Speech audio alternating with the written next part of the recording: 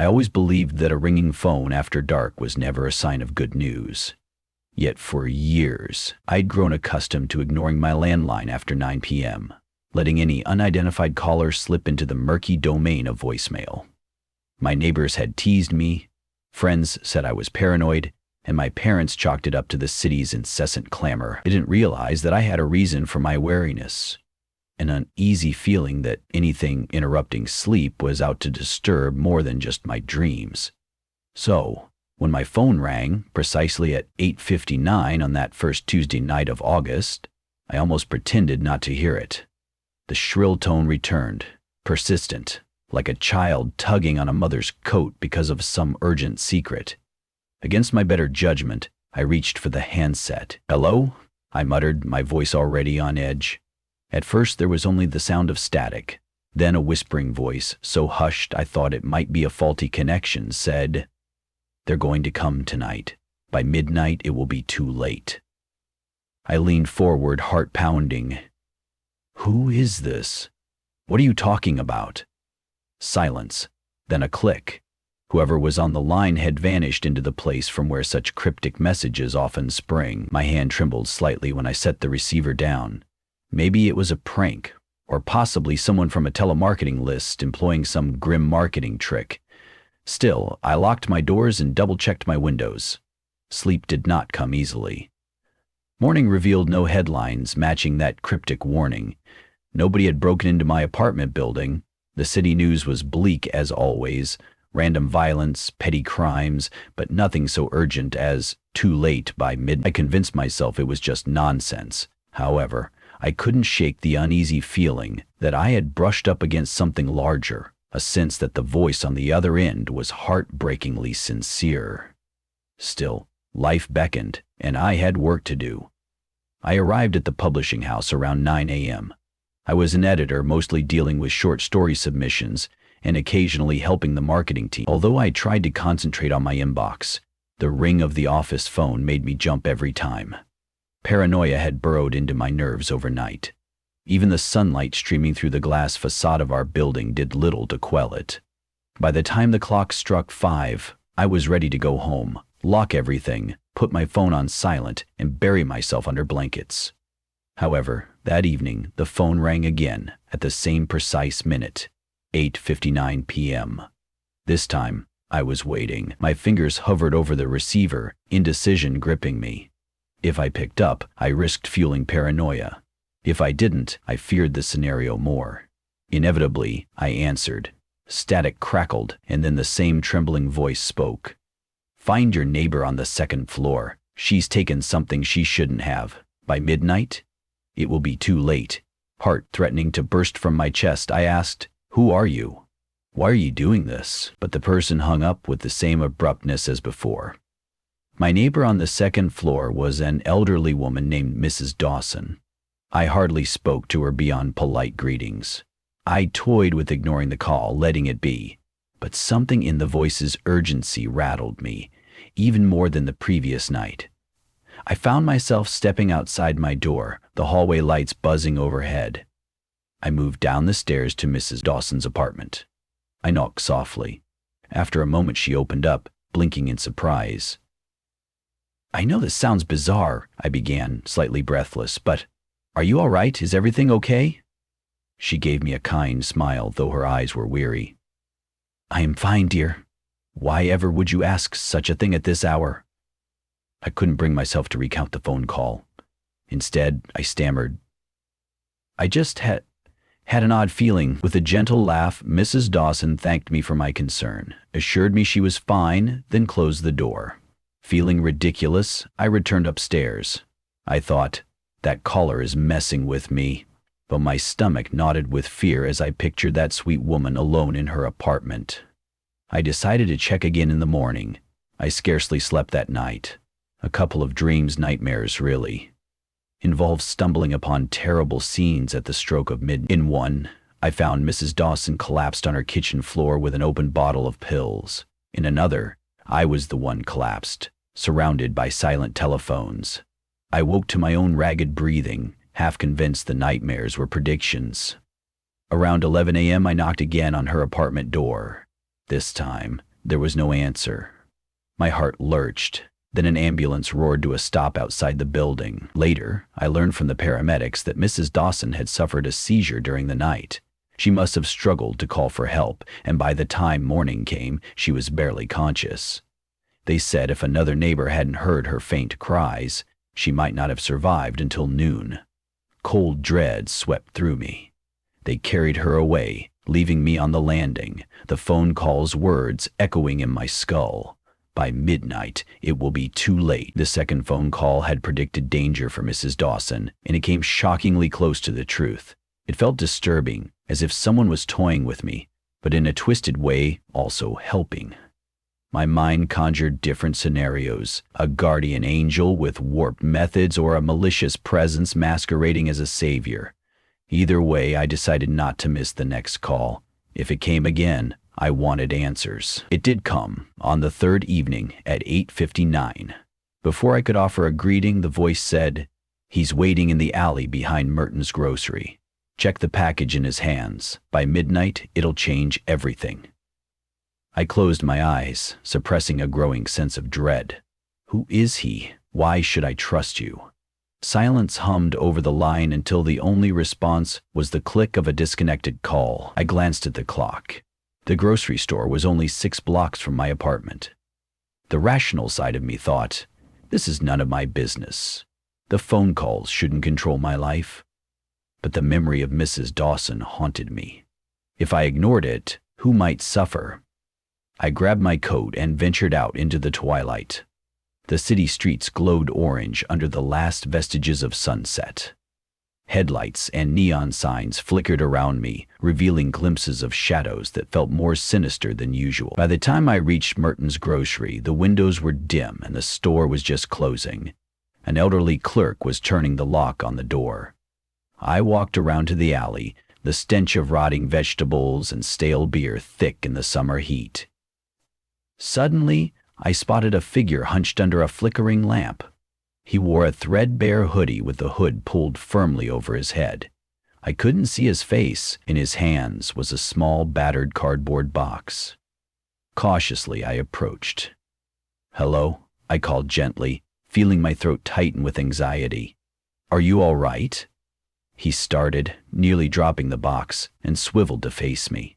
Piercing eyes regarded me from beneath the hood. "Stay back," he warned. "I'm not looking for trouble." "I'm not here to hurt you," I reassured, raising my palms. "Someone told me you might need help, or that there's something in that package you shouldn't have." He glanced at the box, expression twisted in guilt or fear. I didn't know which. "I'm trying to decide if I can go through with it," he said quietly. His voice sounded raw, desperate. With trembling hands, he opened the lid. Inside lay a small revolver.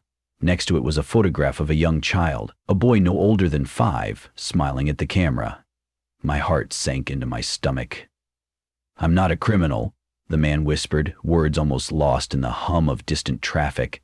"I swear, I don't want to do anything stupid, but I lost custody of my son. I can't see him, and the man who took him from me, he's at fault. He's got money and influence. Where does that leave me?" Rage flashed across his eyes. "So I've been waiting, telling myself if I do this, I can at least make a statement, show the court I'm not worthless." I tried to keep my voice steady. "What if you do something you can't take back? Think about your son. Is this what he'd want?" He stared at me, tears brimming. In that moment, I saw the raw suffering that can lead someone to the unthinkable. Slowly, carefully, I reached out and placed a hand on the box lid. "You have time," I said. "You don't have to decide now. Come on, let's talk somewhere less grim." Step by step, as though coaxing a fearful animal, I guided him away from the alley. Under a street lamp, we huddled and discussed resources, legal aid, and counseling. I even gave him the name of a local advocacy group. After an hour, he breathed a shaky sigh and handed the gun to me. "Get rid of it," he pleaded. I don't want to be near it."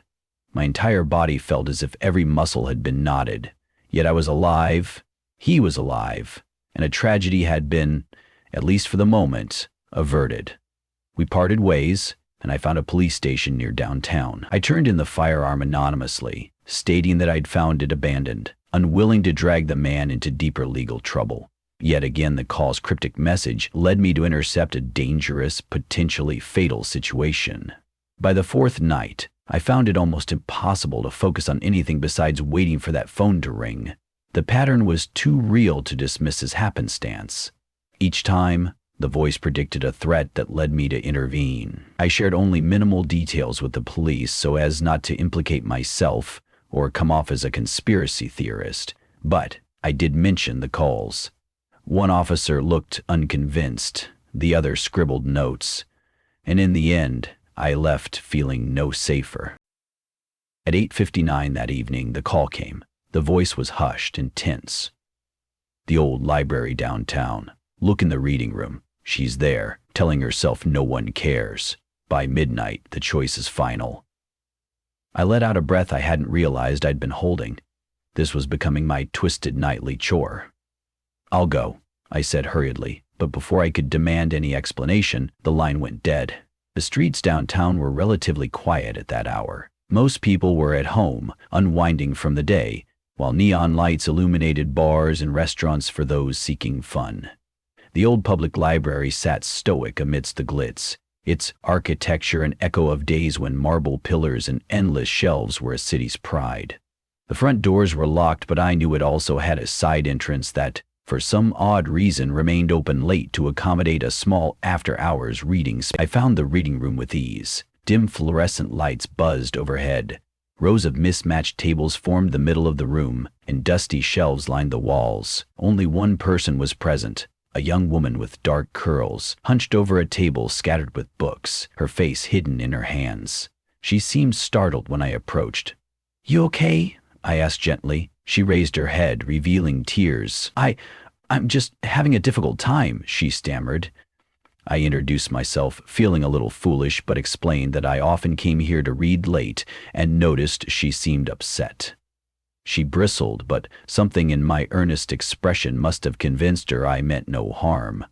She exhaled a heavy sigh. "I'm in the middle of a divorce, and I've lost everything. My family doesn't want to talk to me because they think I gave up too easily. My friends are all scattered. I came here to think, but all I can do is cry." I spotted an empty prescription bottle by her coffee cup, and caution flared in my mind. "You seem overwhelmed," I offered. "I get it. More than you know." She scoffed, tears still fresh, and moved to leave. But something about her trembling steps made me follow. In the hallway outside, I saw her press her face to the wall as sobs racked her slight frame. My heart tightened. I reached out to touch her shoulder. "It's never too late. Please, let's talk," I said. "What can I do?" She eyed me with raw vulnerability. "Why? Why do you care?" Suddenly I felt that same sense of calling that had driven me to the alley behind Merton's, to Mrs. Dawson's front door. These phone calls, whether from a benevolent or malevolent source, had one consistent message. Someone was in trouble, and they needed help. "Because sometimes all we need is a stranger to show us we're not alone," I answered. She crumpled, tears falling freely. I spent the next 2 hours listening to her story, rummaging for tissues and offering whatever comfort I could. With her permission, I walked her home, and she promised she'd call a counselor in the morning. Before we parted ways, she held my hands. "You saved me tonight," she whispered. I didn't have the heart to explain the call or how I'd been led here. My chest was tight with conflicting emotions. Relief at averting disaster, and a creeping sense of dread over the next night's phone ring. By the fifth night, I'd stopped asking why. I was exhausted. My day at the office was a blur of half-hearted editing and coffee refills as I tried to keep my eyes open. While my colleagues asked if I was ill, I made weak excuses. My mind was wholly preoccupied with the phone. That evening, 8:59 arrived, and the phone didn't ring. I stared at the clock on my wall, watching it flip to 9:00, then 9:01. Silence. My heart hammered in my throat. I waited until 9:10, but there was no call. I had been bracing myself so thoroughly that the absence of that shrill ring left me uneasy. Was it over? Had the unknown caller moved on? Relief warred with alarming curiosity. I started to hope that maybe my strange nightly missions had ended. Perhaps I'd done all that was needed, but something felt incomplete. If the voice hadn't called, could it be that a tragedy was unfolding somewhere, unnoticed and unprevented? I spent the night in anxious sleep, tossing and turning, but no phone calls came. The next day was Thursday, and I tried to act normal. I told myself, it's done. This was the last. Move on.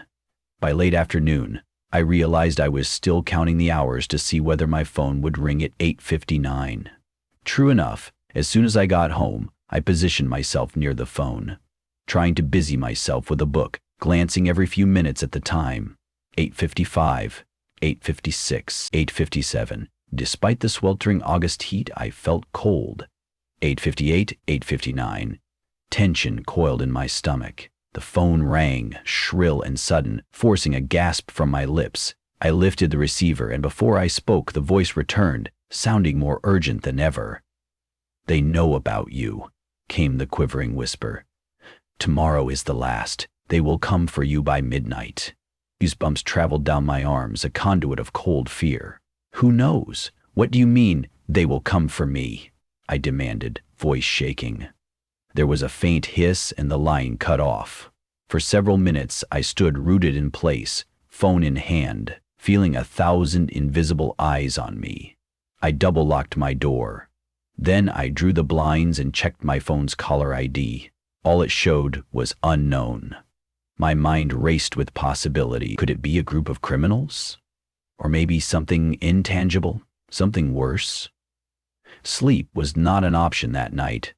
I kept the lights on, every sense on high alert, but no one came knocking. On Friday morning, I sat at my desk at work, sipping coffee that tasted of cardboard. My nerves were frayed.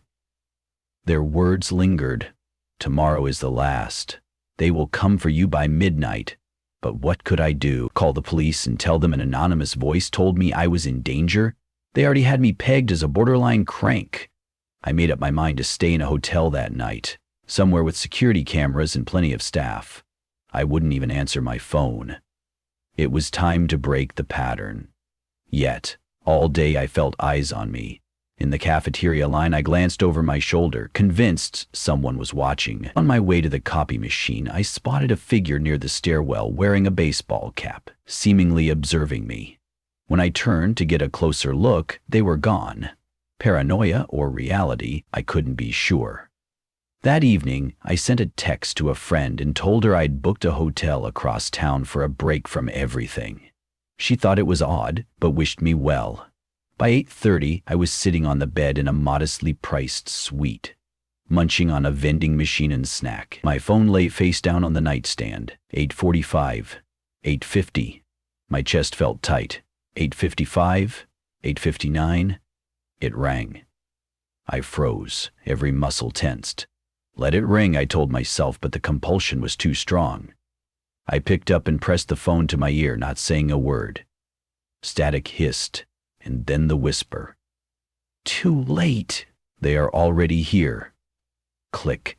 Frantic, I dropped the phone. My adrenaline spiked, and I flung myself toward the door, checking the peephole. It showed only a deserted hallway. I turned, scanning the room. Everything was still. My heart hammered, my breath coming in short, ragged bursts. Maybe the phone call was a bluff this time, trying to unnerve me. Minutes ticked past. No pounding on the door, no footsteps outside.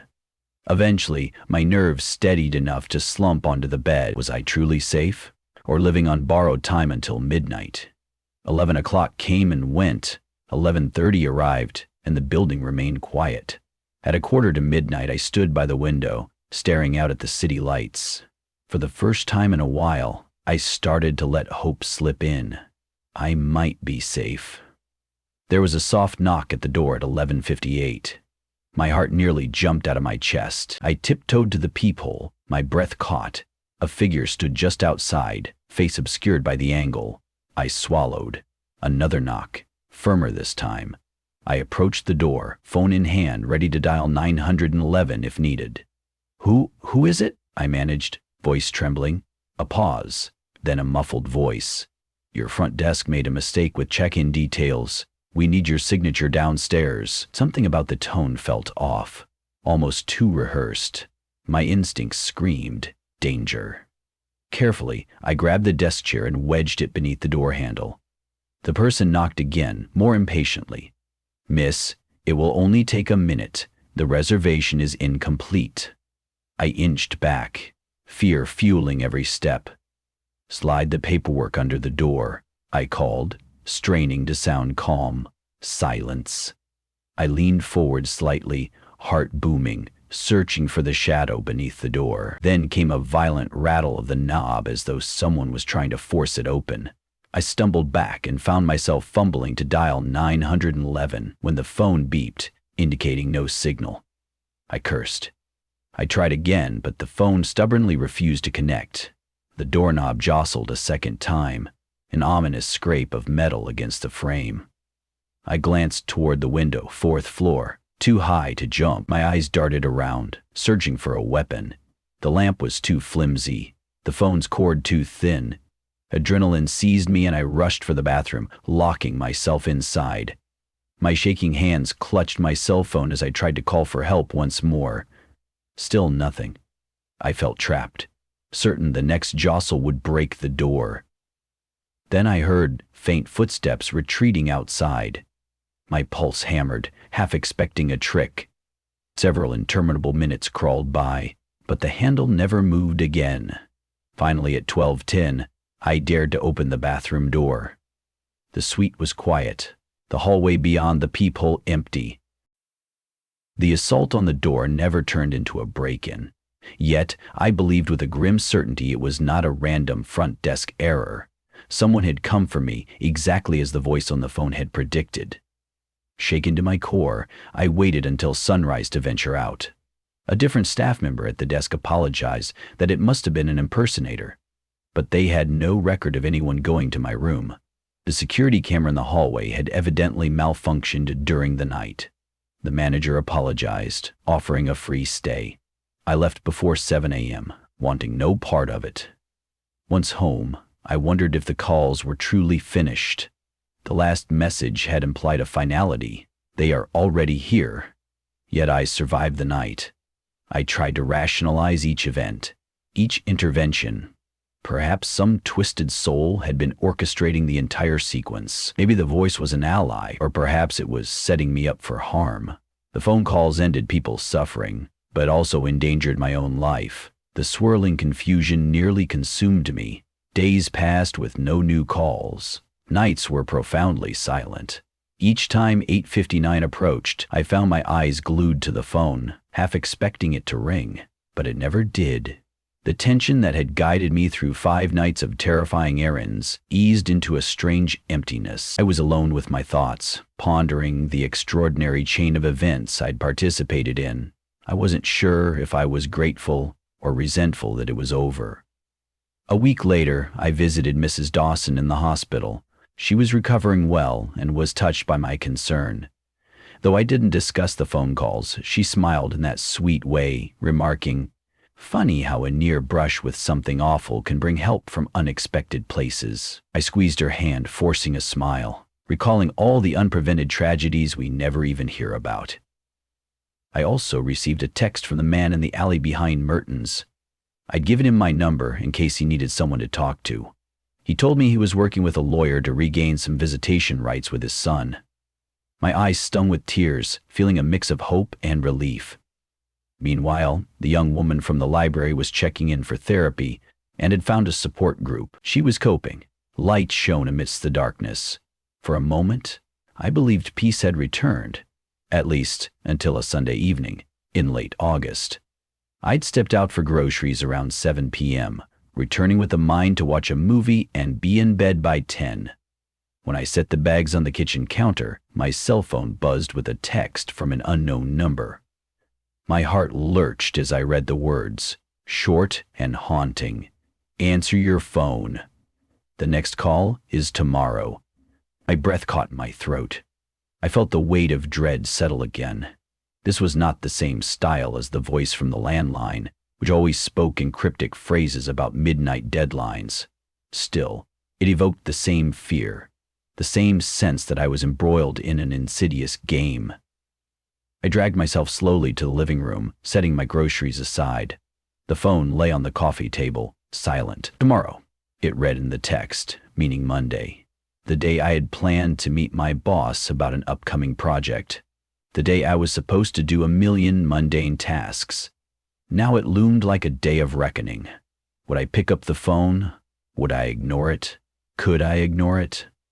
Face tight with anxiety, I looked at the device, feeling both repelled and compelled by it. I thought back to the people I'd helped, Mrs. Dawson, the man in the alley, the young woman in the library. Each intervention prevented a personal catastrophe. Perhaps these calls were warnings for a reason. If not from an earthly source, then from something that recognized the fractures in people's lives.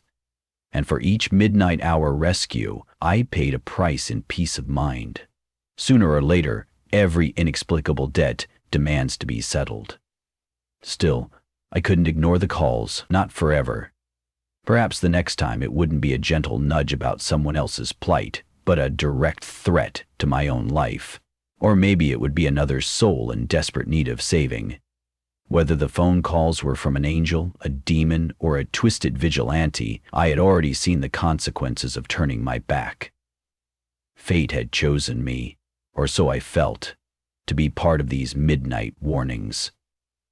As shadows lengthened on the walls of my apartment, I sank onto the couch. The phone sat there, silent and oppressive, in wait for tomorrow's ring. Anxiety rippled beneath my ribs. I closed my eyes, hearing that faint static in my memory. The voice.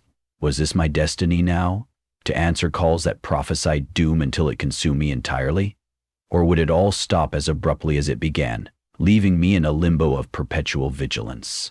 Outside, the world carried on in oblivious routine. Neighbors strolled the sidewalk, cars zipped by, and the city skyline twinkled in the distance.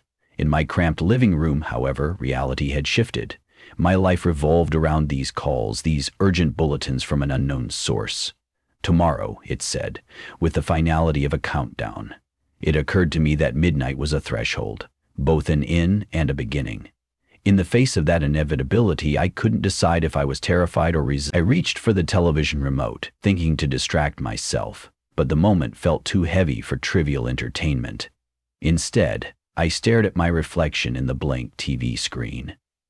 Fear was etched on my features, a fear that pulsed like a heartbeat, persistent and unignorable. It whispered that I wasn't done, that the phone would ring, and that I would have to answer, despite all logic telling me to let it ring out. At that moment, the phone vibrated again, a silent alert for another text. My hand shook as I picked it up. The message read, "Don't be afraid, you know what you have to do." My throat felt parched, and I realized I was letting out soft, ragged breaths. Maybe I did know what I had to do. Tomorrow's call would come. I would answer, because deep down, I realized that ignoring midnight warnings could be worse than the nightmares they brought upon my doorstep. Something bigger than my fear compelled me to act, and in that truth, I found a margin of resolute calm. I set the phone down, braced myself, and waited for tomorrow.